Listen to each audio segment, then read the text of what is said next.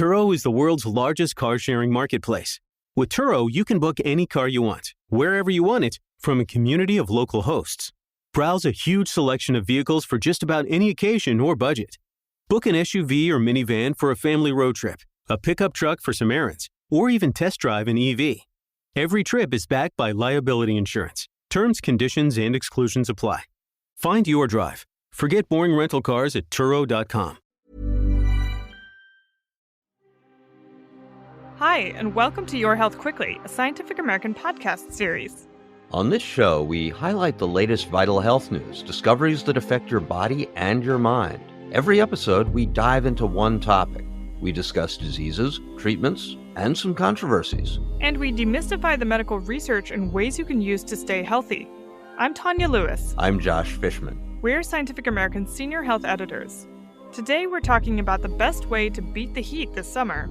Your body has evolved a natural technique for cooling down rapidly, and it's remarkably effective.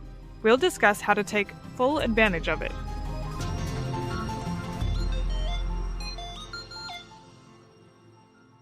It's hot out. It's sweltering. The sun beats down on your head. Breezes are distant memories. Welcome to summer. Hey, it's not that bad. I prefer warm weather to the cold. I like doing more things outside. It's easier to convince myself to go for runs and bike rides. And I love those long summer days when it stays light so late out.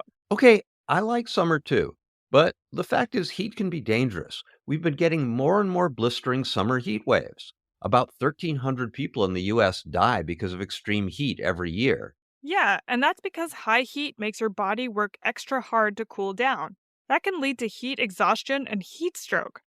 Heat can be especially harmful for people with heart and respiratory diseases. Even when it's just normally hot, say in the high 80s and the 90s, it's pretty easy to get uncomfortable. You sweat, you pant, and you just want to cool down fast. Everybody's got their favorite tricks for doing that. After you go running, Tanya, what's your go-to cool down method? I like to splash water in my face and drink some cold water. Mine is to ditch my shoes and socks as fast as possible and walk barefoot on a cool floor. And it turns out, according to physiologists who study temperature regulation, both our techniques are actually pretty effective strategies. Wow, the cold floor technique really helps? Yeah, I didn't know this, but the soles of your feet and the palms of your hands are keys to fast cool downs. Some athletes have even started using special cooling gloves to recover quickly after a hot workout. Your palms? That's not very much surface area, so it doesn't seem like they would cool your whole body down, right? I agree, it is a bit weird. So I turned to one of the scientists working in this area to explain it. I'm Craig Heller. I'm a professor of biology at Stanford. I study human temperature regulation and its role in performance. A quick heads up here. Craig talks about temperature using the Celsius scale. To get to Fahrenheit, multiply his numbers by 1.8, then add 32.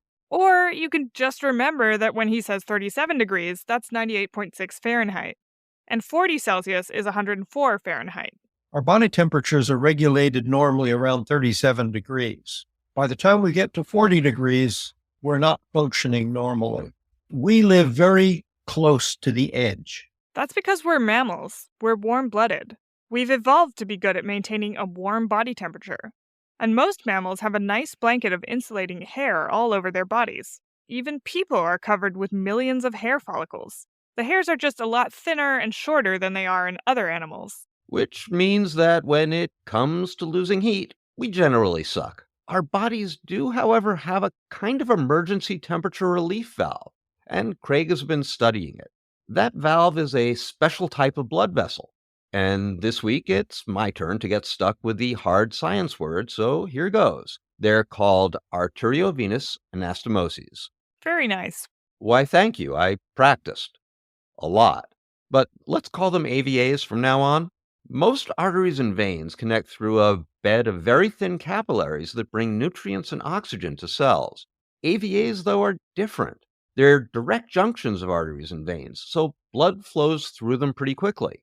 And the real key to their heat relief function is that they're concentrated in just a few places in the body. Here's Craig again. We found that in the palm of the hand, the soles of the feet, and the upper part of the face, which are called non-hairy skin, there are special blood vessels. And those blood vessels can shunt the blood from the arteries to the veins directly, bypassing the capillaries. Mammals have fur. If you have fur, you can't dissipate heat over your overall body surface very efficiently.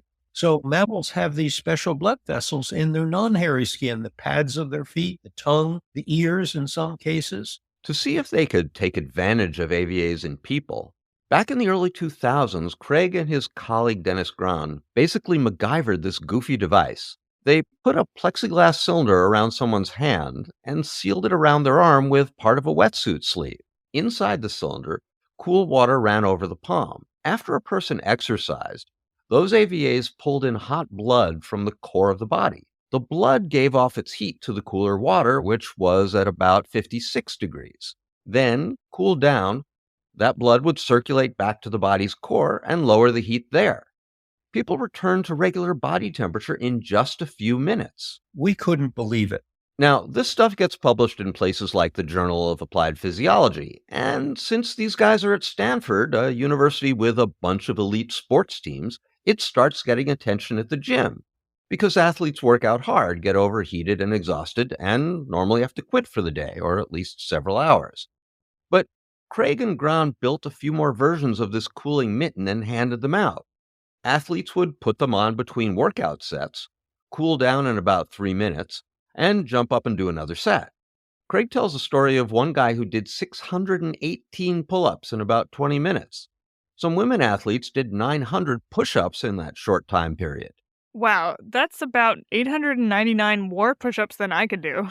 And he's selling the gloves now, right? Yeah, they're called Cool Mitts.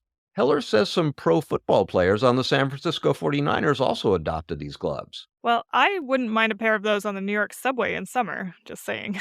But we should be really clear that we're not endorsing this product. No, we're really not. It's probably a fine device, but it hasn't been exhaustively tested in a variety of people. And it costs about $1,500. But product aside, there is some cool science behind it, literally. So when it gets really hot and I feel signs of heat stress, heavy sweating, clammy skin, muscle cramps, dizziness, what's a good way to cool down if I'm not putting on one of those gloves? Should I dunk my body in an ice bath? Well, Heller says that could work. The problem is it's not very convenient. I don't have a giant ice bath handy, do you? No, but I did used to stand in an ice bath after high school cross-country practices. But seriously, could I just stick my feet in a bucket of ice water? Not so much. You've got AVAs in your feet, but remember the idea is to get more blood flowing through them. Icy water is a shock, and it makes blood vessels constrict. So you are actually getting less blood through your AVAs, not more. The water in Heller's gloves, in the mid-50s, is cool, but it's not too cold. Okay, that makes sense. What about running my hands or forehead under a cold tap? That's your post-run remedy today, right? Heller says that's smart. The water's cool, but not freezing, and you're getting it onto the AVAs in your palms and on your face. What about air conditioning? Does that help at all? AC is good. It's not the fastest cool down, but it definitely helps. You can also drink cold water. That will bring your core temperature down pretty quickly. Be careful not to guzzle a huge amount, though. Too much water dilutes the fluids that carry signals amongst your cells, and that can lead to heart trouble and seizures, among other things. Yeah, we talked about that on the last Your Health Quickly episode. What about a towel soaked in cold water draped over my neck? That is actually a terrible idea, according to our body heat expert. Wait, really? The reason is that the brain has a thermostat that it uses to trigger the body's natural cooling mechanisms, like sweating or passing blood through those AVAs. And that brain region is located near the back of the neck. It uses neck skin temperature and blood temps in the major vessels there to measure how hot you are. So your cold towel is going to fool the brain's thermostat into thinking that your whole body's cooled down. It's going to shut down all of your other natural cooling methods, and you'll stay uncomfortably and sometimes dangerously hot. Wow, good to know. I guess I will stick with splashing cool water on my face and hands. Well, that is the mammal-approved heat fix, and it should certainly help you chill out. Your Health Quickly is produced by Talika Bose, Jeff Del Vicio, and Kelso Harper. It's edited by Ella Fetter and Alexa Lim. Our music is composed by Dominic Smith.